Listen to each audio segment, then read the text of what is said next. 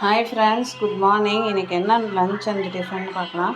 First tiffin என்னென்னா பயத்தம்பருப்பு, தக்காளி, அதுக்கப்புறம் ரவை, அதுக்கப்புறம் தயிர், பூண்டு, இஞ்சி, இதெல்லாம் அப்போ காஞ்ச மிளகா இதெல்லாம் போட்டு அரைச்ச தோசை தான் இது. இந்த தோசை ரொம்ப சூப்பராக இருக்கும்.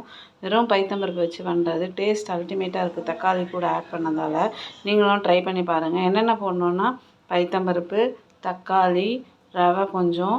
பயத்தம்பருப்பு நான் 1 கப் ஊற வச்சுருந்தேன்.